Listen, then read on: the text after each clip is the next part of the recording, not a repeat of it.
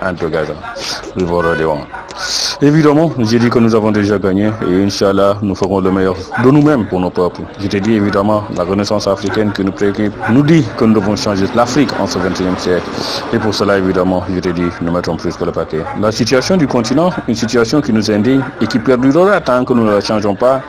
Évidemment, comme je l'avais dit dans la théorie sur la renaissance africaine, ce ne sont pas des anges ni des extraterrestres qui vont venir renverser l'ordre des choses à notre place. C'est à nous, Africains, de réexaminer nos consciences et de définir clairement ce que nous voulons comme destin. Définir clairement ce que nous voulons comme destin, nous l'avons déjà fait.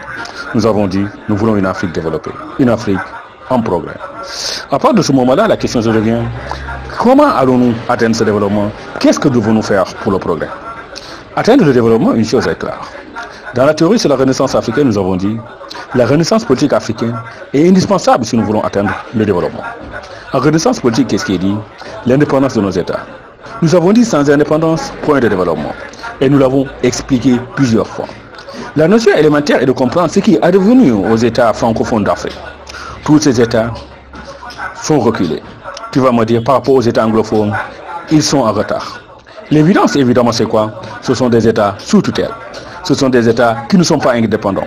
Ce sont des États où c'est la France, ancienne puissance coloniale, qui gère leur monnaie, qui l'édite et qui l'émette et qui la contrôle. À partir de ce moment-là, ce n'est pas une monnaie d'Afrique, c'est une monnaie coloniale ou néocoloniale qui ne sert qu'à nourrir des intérêts de la France. Donc évidemment, avec ce système monétaire, l'Afrique ne sera jamais développée. Les États francophones l'ont prouvé. Donc à partir de ce moment-là, nous disons clair. Nous voulons le développement. Nous voulons atteindre le développement. Et on te dit, sans indépendance, point de développement. Ben, la solution, évidemment, Mbeki l'a donné depuis quand même. Il dit aux États africains francophones, là, vous les États africains francophones, si vous voulez développer vos États, et vous devez le faire parce qu'évidemment, l'Afrique, ça ne vous appartient pas, ça nous appartient à nous tous. Faites ce qui est nécessaire. Faites évidemment ce qu'ont fait nos frères qu'on avait volé de l'Afrique et les amener à Haïti pour qu'ils soient esclaves à jamais. Eux, ils avaient fait le nécessaire, prendre leur courage par leurs deux mains et faire le nécessaire, c'est-à-dire évidemment chasser les Français, être indépendants et programmer l'indépendance de leurs îles. Il y a plus de, qui va me dire, 200 ans. Donc évidemment, le retard qui continue dans l'espace francophone africain, ce retard, ce sont des présidents africains qui l'ont cautionné, qui l'acceptent et qui l'imposent à leur peuple qui, malgré tout ça, évidemment, du matin au soir, travaillent comme des fous, tu vas me dire exactement. J'ai pris l'exemple du Sénégal, où quand j'étais parti en Casamance, j'ai vu les dames dans les rizières travailler comme des fous. J'étais parti aussi dans la région de Fatick. Quand j'ai vu les dames serrées travailler, j'ai dit mais attends, toutes ces dames qui travaillent, je ne parle même pas des hommes. Et on nous dit que le Sénégal est reculé économiquement, il faut se poser la question. Donc à partir de ce moment-là, évidemment, ça nous dit que nous devons faire le nécessaire. Exactement, l'indépendance de nos États. L'autre aspect, évidemment, après ça, c'est ce qu'on a dit. L'indépendance, sans indépendance, point de développement. Après l'indépendance, nous avons dit la démocratisation de nos États. Tu sais, évidemment, je l'ai toujours expliqué. En disant que sans démocratie, nos États ne peuvent pas se développer. Parce qu'évidemment, sans démocratie, il y aura toujours un clan, un ennemi, un tribu qui dit qu'évidemment, il y a un autre ennemi, il y a un autre groupe qui est entré ou qui sont en train de marcher sur nos libertés, sur nos valeurs ou sur nos droits. Là, exactement. Quand on parle de l'initiation de Macky Sall au Sénégal, mais ça renvoie à ça.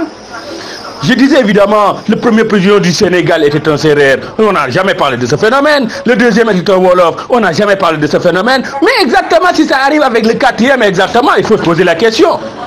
Il est là pour servir la patrie ou il est là évidemment pour se servir lui et sa famille.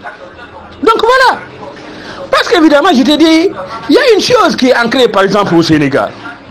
Les cousinages entre les ethnies, les cousinages entre, aussi même des ethnies, exactement pour garantir notre cohésion et notre stabilité. Mais je veux dire, si un président élu démocratiquement veut remettre ça en cause, il faut se poser la question, pour qui il se prend. Donc voilà, c'est ça aussi. Quand il est élu président, il n'était pas élu président d'une ethnie. S'il arrive au pouvoir, ce n'était pas l'appel qu'il essaie de nous mettre en avant une ethnie. Non. Évidemment, tu vas me dire, les autres, évidemment, vont se voir exactement dans ce qu'il fait. Et ça va leur pousser, évidemment, tu vas me dire, à détester Macky Sall, mais exactement, à dire il faut tout faire pour qu'il parte. Mais exactement, la logique est claire. Donc voilà. Pour dire évidemment, en démocratie, les règles sont claires. Égalité de tous les citoyens en droit et en devoir, quelle qu'en soit leur race, leur religion, leur ethnie. Mais exactement, c'est le deuxième point sur lequel évidemment nous devons agir pour atteindre le développement. Le troisième, évidemment, c'est ce qu'on appelle en matière de bonne gouvernance. Évidemment, tu vas me dire, je l'ai entamé en parlant de l'étnicisme. Tu sais, en Afrique, on ne veut plus entendre parler de ces ethnicismes. Parce qu'évidemment, je t'ai dit l'autre fois, nous avons tellement pleuré avec le génocide rwandais. Plus d'1 million d'Africains tués comme ça. Nous avons tellement pleuré avec le concept d'ivoirité. Plus de 2 coups d'État créés comme ça. Nous avons parlé de quand exactement d'ethnicisme. Tu vas me parler du clanisme, nous l'avons évoqué évidemment avec Eyadema et son clan du Nord. Exactement, le religionnisme, nous l'avons évoqué évidemment avec la Centrafrique et le Nigeria avec Boko Haram. Évidemment, pour dire de ces choses ne peuvent que nuire à l'Afrique et aux intérêts de l'Afrique et donc ne peuvent pas conduire au développement. L'autre aspect, évidemment, ce qu'on a dit, la corruption. Ben évidemment, tu vas me dire, là où un entrepreneur qui a besoin d'importer quelque chose doit payer 1 milliard, s'il se permet de discuter avec un directeur pour essayer de contourner la loi pour ne payer qu'une dizaine ou une vingtaine de millions, il faut se poser la question si c'est l'État qui doit avancer ou c'est la poste du directeur qui doit avancer. Donc voilà. À partir de ce moment-là, les choses sont claires. Nous devons faire le nécessaire parce que nous, ce qui nous préoccupe, c'est le développement de nos États, le développement de notre continent.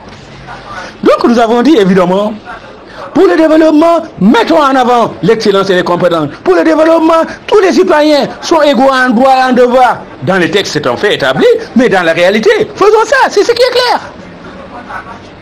Donc voilà.